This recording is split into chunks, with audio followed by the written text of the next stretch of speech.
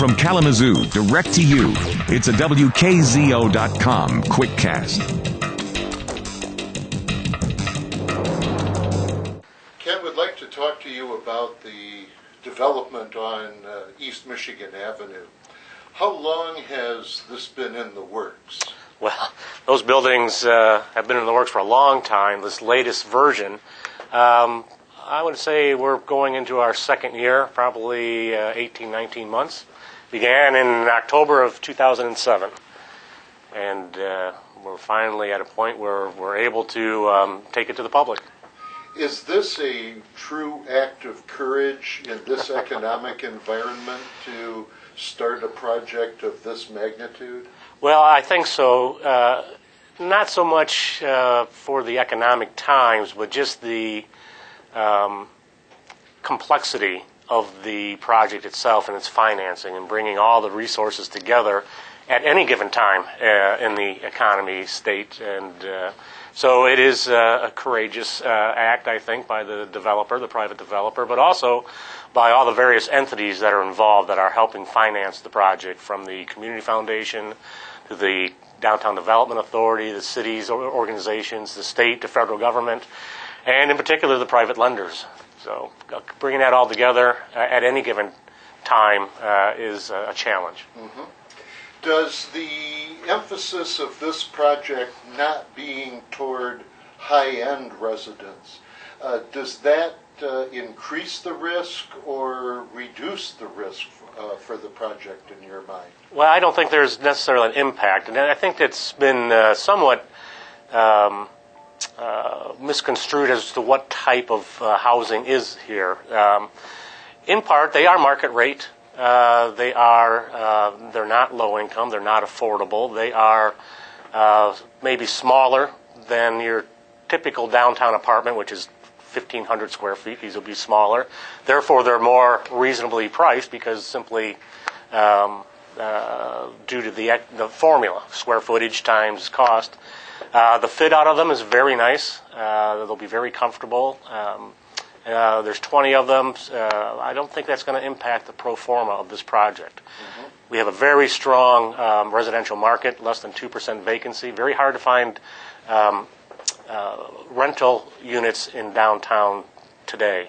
Mm-hmm. These units will provide opportunity for, again, because of their size, opportunity for more what we call workforce housing. Those folks that work downtown, such as I've used the example, a nurse at Bronson Hospital, or a researcher at MPI, or a grad student at K or Western, would be able to live in one of these units. Mm-hmm. So there's going to be 20 units total? Yes, 20 units on the second and third floor. Now, in the artist conception mm-hmm. behind you, it shows green roofs on the building. Is that a part of the plan?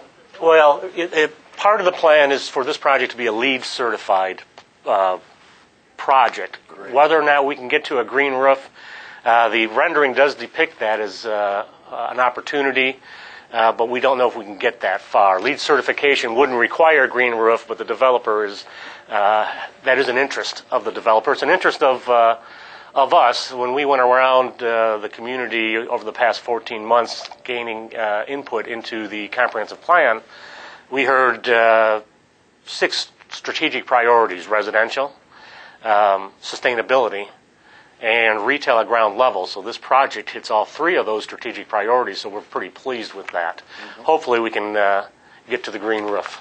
Is this the first LEED certified housing project in the downtown area? I imagine it would be. There are various stages. There are some buildings downtown that are maybe or perhaps not LEED certified, but certainly move in that direction. I know the new Miller Canfield building has some of those components to it. I think some projects of the Peregrine Realty Company, owned by Tom Huff, utilize some of these things. That recently put up a wind generator on the roof of the Peregrine Towers to operate computers and some HVAC. So we're seeing more and more of that. But this, in terms of its totality, perhaps would be the first complete residential LEED certified project. In one of your previous interviews, you referred to this as a hub and spoke project. Flesh that out for me. What do you mean by that comment? Well, number one, it's at the crossroads of downtown, the Kalamazoo Mall and Michigan Avenue. You look at those four corners, you've got beautiful Radisson Plaza Hotel. Across the mall, you've got the new media center of Kalamazoo Valley Community College. You go south of Michigan Avenue, you've got the beautiful Nat City building and the Kalamazoo building. And then you have these buildings. And they don't fit in their current condition. So you already got the hub. Now you're going to build on that hub by creating retail opportunity.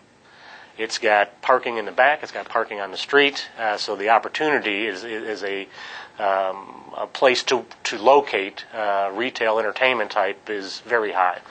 A hub of activity because of the 20 residential units. People living downtown give folks a sense of security, and it's more of that 18 to 24 hour type of downtown that we've always talked about. So that creates that hub of activity, people coming, people going constantly. Also, we know that and national standards would suggest that an employee downtown spends about $3,000 or $3,500 annually on things such as coffee and lunches, whereas a downtown employee spends about 4 times that. So the economic impact of this hub of activity is certainly significant to downtown. Do you see, if this comes to fruition and is successful, do you see other places where projects like this could be taken next?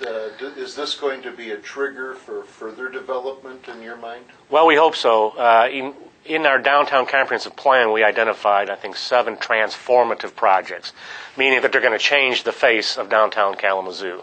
This is one of those. In fact, this was the top one in priorities. So we hope that becomes a flywheel of development activity.